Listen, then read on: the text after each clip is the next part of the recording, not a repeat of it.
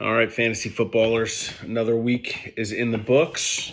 Great week of football, right? I mean, obviously for me, Bills 40-0 victory. Most of the power rankings have us at number one right now and going into a huge matchup at Kansas City this week.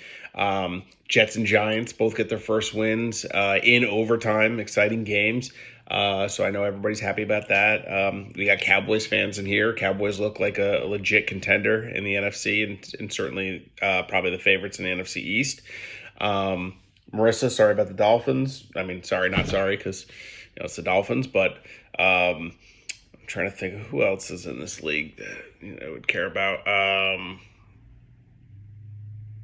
I'm sure I'm missing somebody, but all in all, a good week of football. I mean, you had the amazing Brady Bucks game on Sunday night. Herbert looked good last night. Just good football all around. On to the fantasy aspect and things that nobody cares about but me. I only lost one fantasy matchup last week. I was 4-1.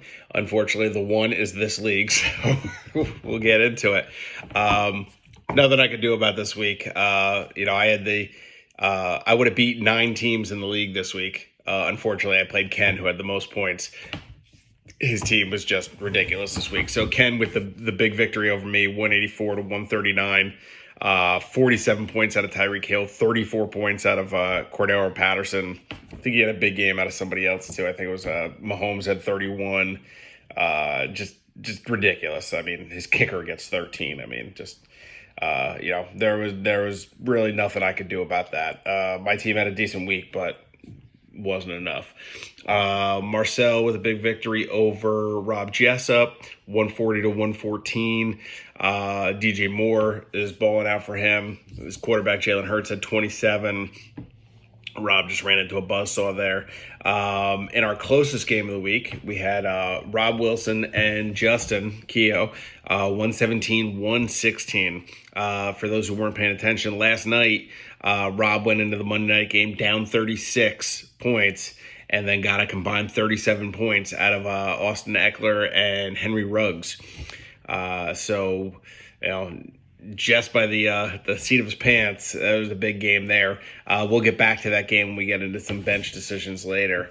Tom Jessup continuing to lead the charge. He's in first place at 4-0 with the win over Tommy McGrath, 137-109. Debo Samuel just continues to have a monster season. And Deontay Johnson back with a big game. We got a little brother-on-brother action here. Larry versus Kyle. 111 to 92 Larry.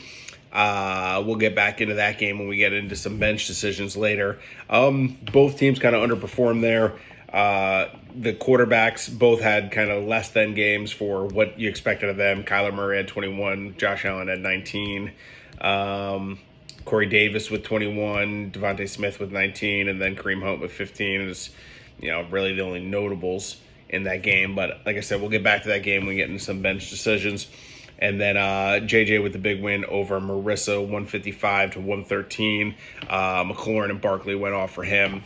I'm looking at Marissa's team. I'm confused at how she's 0-4. I mean, she's got Herbert at quarterback. She's got Zeke, Jonathan Taylor, and DeAndre Swift at running back.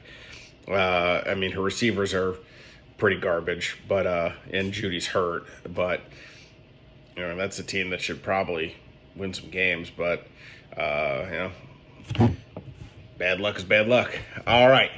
High scorer, obviously, is Ken. Tyreek Hill had the most points this week at 47.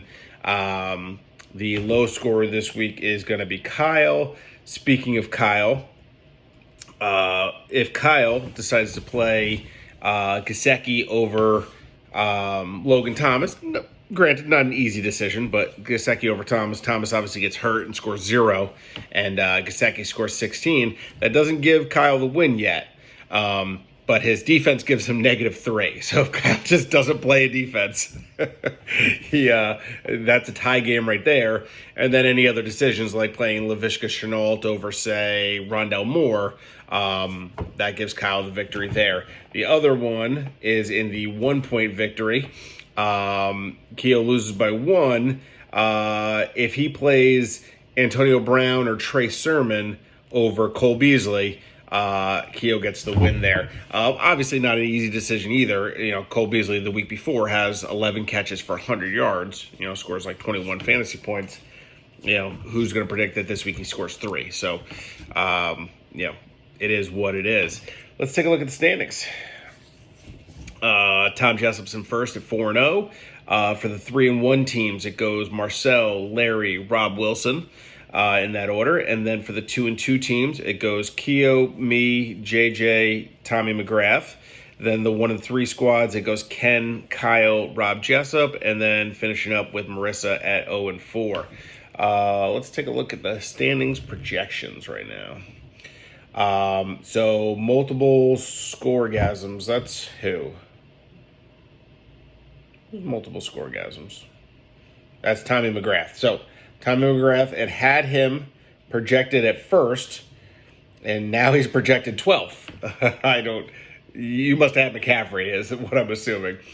Kyle was projected second, is now projected 6th.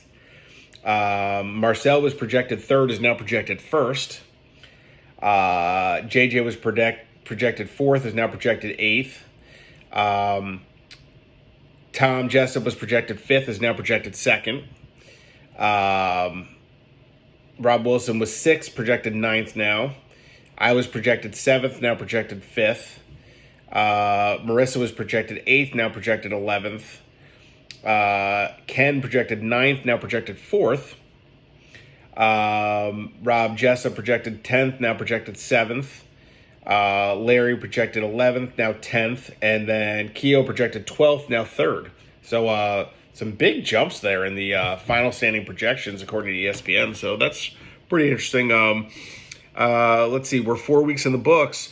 This is kind of the point in the season where I think some people are going to start to really evaluate the trade market. And, after 4 weeks, you kind of know, okay, this guy isn't coming around or okay, I know I just got to right the ship here for a little bit. So we'll see what happens. As far as football goes this week, obviously my main focus is on the Sunday night game. Bills at Chiefs. It's a big measuring stick game for us. I couldn't even tell you off the top of my head who the Giants and the Jets and all them play. So, good luck to everybody. Hope everyone enjoys the recap. That's all I got. Laters.